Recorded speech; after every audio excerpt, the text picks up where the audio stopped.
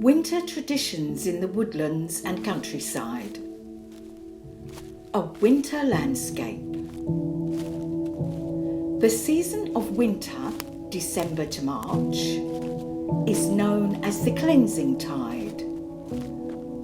Midwinter starts at Yule, 21st of December, and continues with different celebrations until Twelfth Night, the 5th of January. Our connection to the land around us has existed since time began. Trees protected humans physically, offering shelter, protection, and nourishment. Eventually, humans left the shelter of the woods, but trees were and have always been an important part of the green environment. Groves of trees became sacred because the wood from the trees allowed people to build shelters, bridges, barns, buildings. Tribes became settlements and then villages and towns. Let us explore some of the stories and traditions of Midwinter.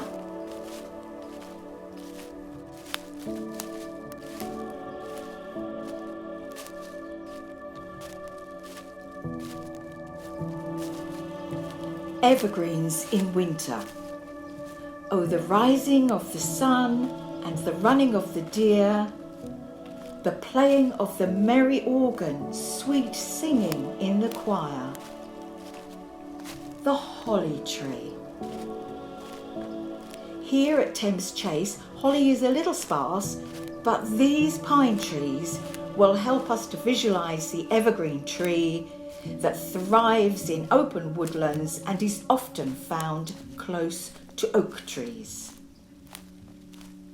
The berries on the holly and the deep waxy green of the spiky leaves makes the holly one of the brightest and largest trees seen in winter.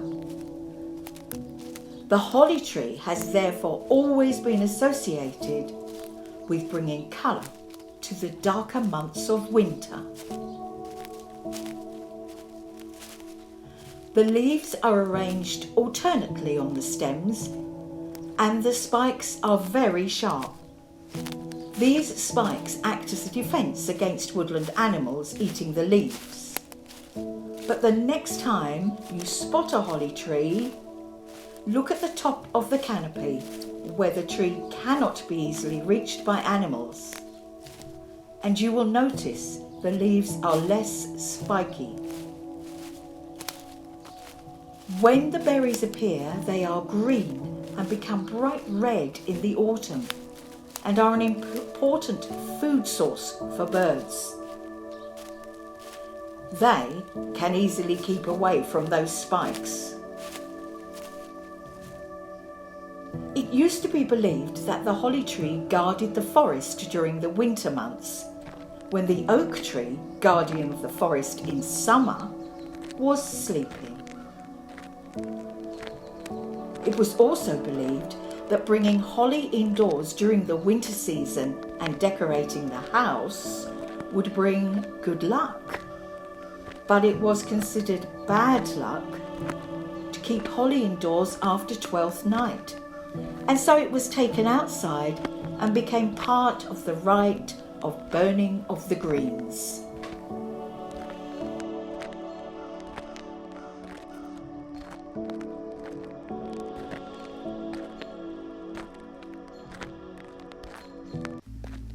Wassailing. The word wassail comes from an Old English waishael, good health. The wassail bowl was often a decorated handmade bowl of mud, clay, or even an animal skull. Each family or village group had their own bowl, and the drink was shared among the people of the villages. The drink was either cider or wine, with nutmeg, ginger and other spices added. This winter celebration of singing wassail songs dates back to at least the 3rd century and possibly earlier. The ceremony was performed to ensure that the land would be fertile for the next year and produce bountiful fruits. The tradition of wassailing has continued down the centuries. Even the Victorians had waits, who were the traditional singers of seasonal songs, and often included the local constabulary. Wassailers would go from door to door singing, shouting, banging pots and pans, drinking to the health of people in the villages, and especially to local farmers and their families. Farmers were often found singing and making merry in their warm living areas, eating hot homemade cakes and drinking more cider. Wassailers and villagers would also visit the orchards during the midwinter time and make such a noise to scare away any unfriendly spirits. Cider-soaked cakes would be placed in the fork of the tree, and of course some extra cider was poured around the base of the tree. This rite would ensure a large bumper crop of fruit for the next year.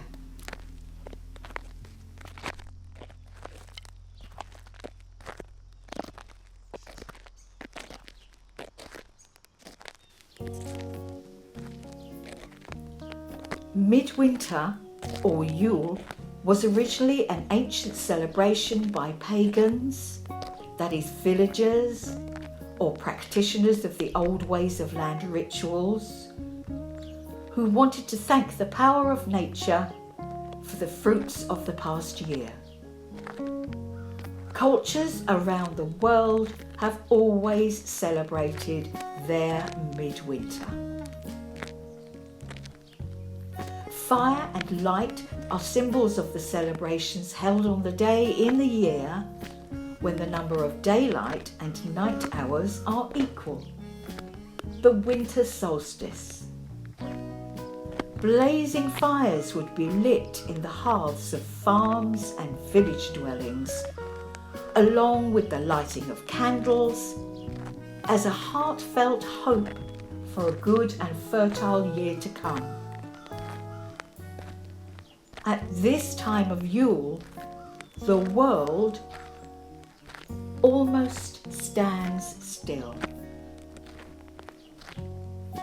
And slowly, over the days, as the sun moves towards the north, light dominates once more and brings that new life and hope. Midwinter festivals have been enjoyed for thousands of years. In parts of the world where the religion of Christianity established itself, the old ways of celebrating winter were embraced and became part of the celebrations of new life. Yule log, or Christmas block, is a specially selected log which is burnt in the hearth. It would often take many hours to burn, but was considered to bring good luck to the household. During the period of Yule, houses were decorated with evergreen foliage, such as holly, ivy and mistletoe. And each year, we celebrate the festive season by hanging decorations up inside our houses and decorating evergreen trees, the Christmas tree.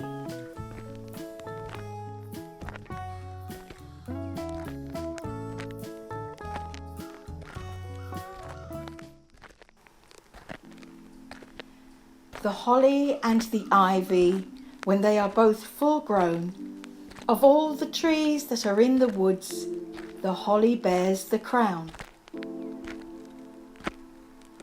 But what about the ivy?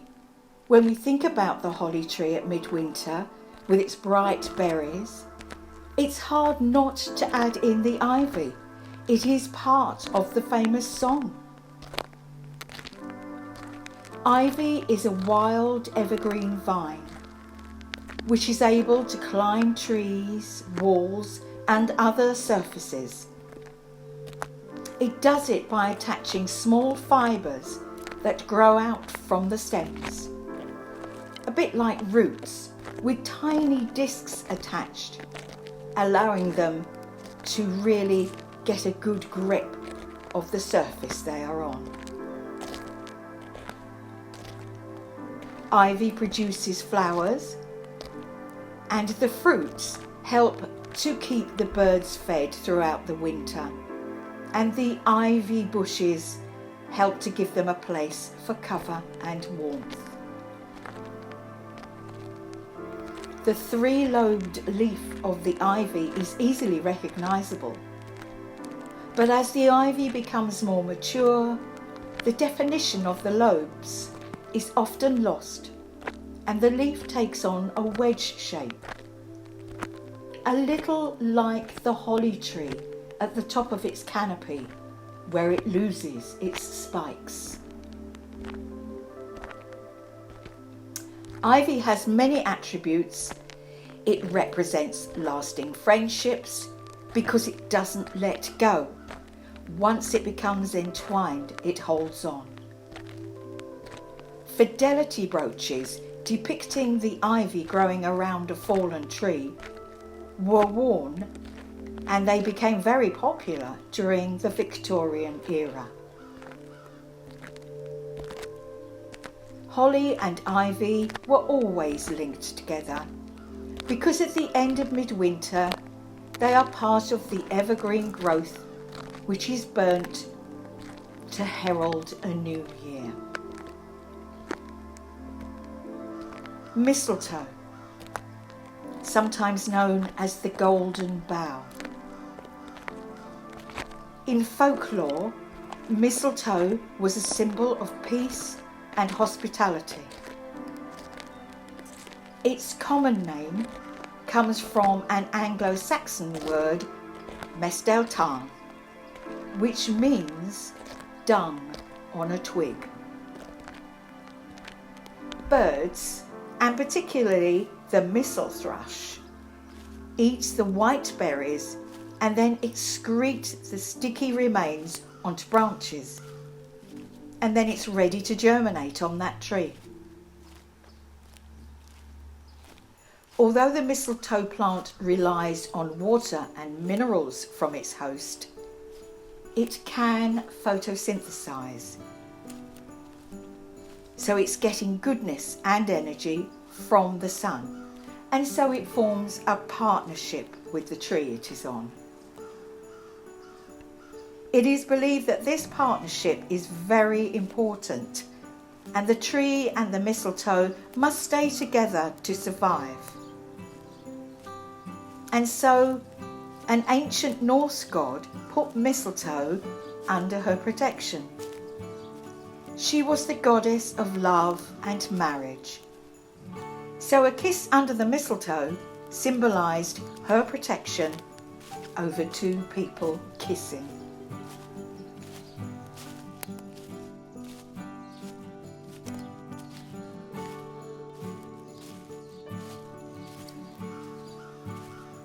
Christmas trees. The Christmas tree is synonymous with our current traditions and brightening our houses, gardens, towns and village centres. Before Christianity, Northern Europeans celebrated the winter by decorating plants and trees. The Christmas tree tradition, as we know it today, first started in the 17th century, particularly in Germany, and was made popular in Victorian times through the practice being introduced by Queen Victoria and Prince Albert. Today, trees inside or outside are decorated to make the festive season bright.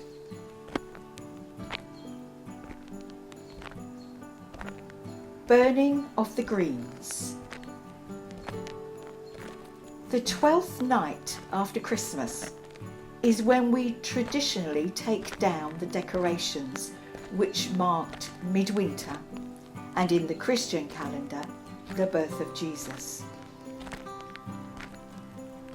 On January the 5th, it has been a tradition since Victorian England to celebrate the end of Christmas on this night by taking down the evergreens of the Christmas season and lighting a bonfire called the burning of the greens. The purpose of the burning was to ensure the dark was banished and the light would return to the world. It was seen as a cleansing ceremony, a new beginning.